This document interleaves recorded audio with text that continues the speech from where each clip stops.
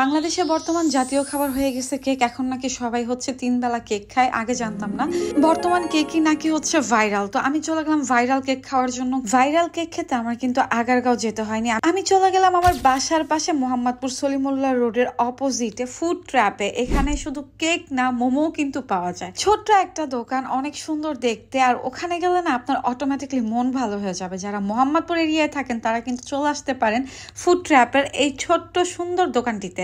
আর আমি যেহেতু গেছিলাম হচ্ছে সন্ধ্যারও পরে, এই টাইমটাতে হচ্ছে কেকটা খুব কম ছিল। এখানে ছিল পেস্ট্রি কেক, তারপর হচ্ছে চকলেট কেক, আর মোমো ছিল অনেক রকমের, চিকেন মোমো, নাগা মোমো, সব রকমের মোমো কিন্তু রিজনেবল প্রাইসে পেয়ে যাবেন। আমি 6 পিসের চিকেন মোমোটা অর্ডার করি, আর এই মোমোটা অনেক বেশি মজা ছিল। একটা মজার ব্যাপার কি জানেন, আগে আমি একদমই মোমো খেতে পারতাম না, মোমো আমার একদমই পছন্দ ছিল। কিন্তু এখন যদি আমি বাসা থেকে বাহিরে হাঁটতে বের হই আর যদি কোনো মোমোর দোকান দেখি, 1 প্লেট হলো মোমো ট্রাই করব। তো আমি 6 পিসের মোমো অর্ডার করি, আর ওয়েট করতেছিলাম কখন আমার মোমো আসবে, আর আমি একটা পেস্ট্রি কেক অর্ডার করি।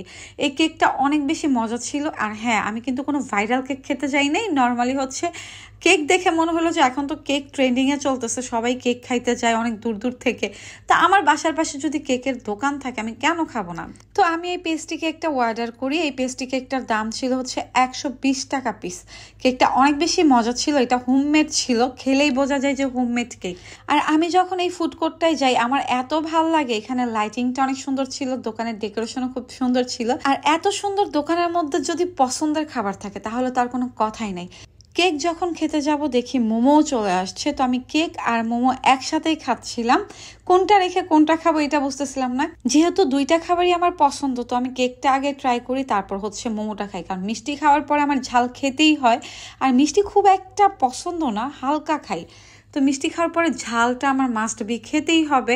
তো এখানের কেকটা এত সফট আর এত মজা ছিল। আসলে হোমমেড কেকগুলো অনেক বেশি মজা হয়। আপনাদের যদি আমার মতো মন খারাপ থাকে, ডিপ্রেশন থাকে, হতাশায়, কষ্টে যদি আপনারা ভোগেন, কি করবেন জানেন?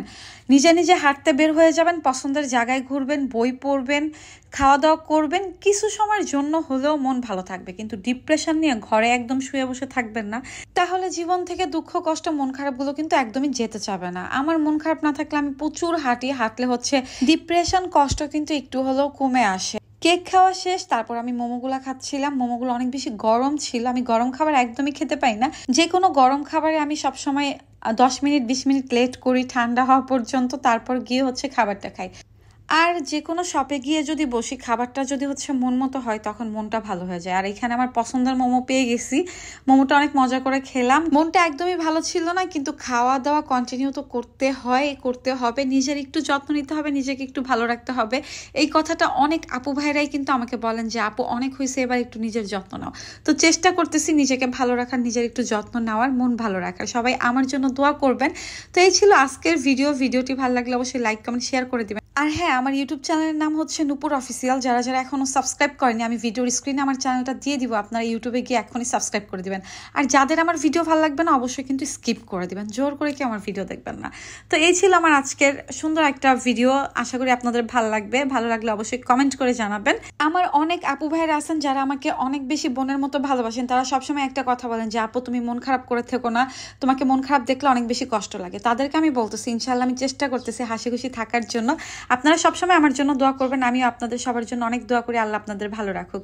তো এই ছিল আজকের ভিডিও, সবাই ভালো থাকবেন, ইনশাল্লাহ দেখা হবে নেক্সট ভিডিওতে। আল্লাহ হাফেজ সবাইকে।